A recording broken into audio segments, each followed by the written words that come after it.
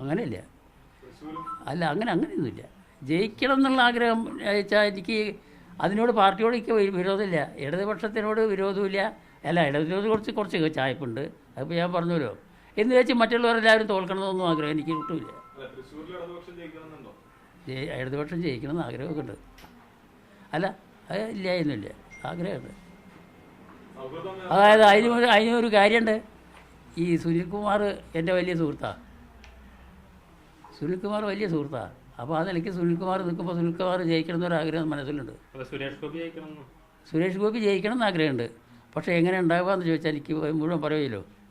അല്ല, ഇതിപ്പോൾ ജയിക്കണം എന്ന് ആഗ്രഹം, സുരേഷ് ഗോപി ജയിക്കണം എന്ന് ആഗ്രഹമുണ്ട്. അതേപോലെ തന്നെ പിന്നെ ആരാ, മുരളീധരൻ അതിൽ നിൽക്കണം, തൃശ്ശൂർ യു ഡി എഫിൻ്റെ അദ്ദേഹം ഇപ്പോൾ ഈ പറഞ്ഞ മാതിരി ജയിക്കേണ്ടതാണ്.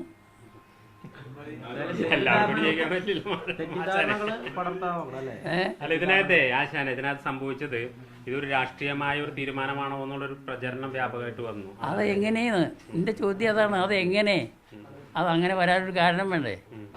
രാഷ്ട്രീയമായിട്ട് ഞാൻ ശരിക്കും പറഞ്ഞാൽ തൊട്ടുകൂടാത്തവനാണ് ഞാൻ രാഷ്ട്രീയമായിട്ട് ഒരു ബന്ധവും എനിക്കില്ല. ഞാൻ വ്യക്തികളെ മാത്രമേ ഞാൻ പറഞ്ഞത്, നേരത്തെ പറഞ്ഞില്ലേ.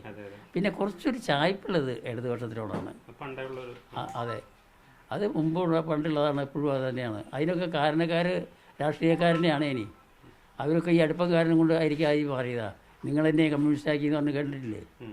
അല്ല, അതേ ശൈലി വരാൻ കാരണം ഇതാണ് അർത്ഥം.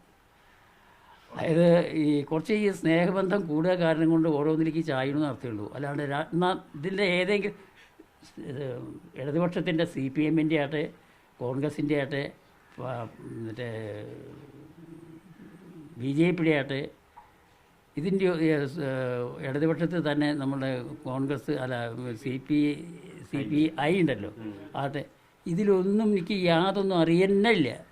ഞാൻ ഇതിനെ സംബന്ധിച്ച് പലതും സംസാരിക്കാമെന്ന് വെച്ചാൽ അറിയുന്നില്ല. അതിലൊക്കെ ആൾക്കാരായിട്ട് നല്ല അടുപ്പാണ്, ബന്ധമുണ്ട്. ഇതൊക്കെ തന്നെയുള്ളൂ. എന്തായാലും അവസാനിക്കട്ടെ.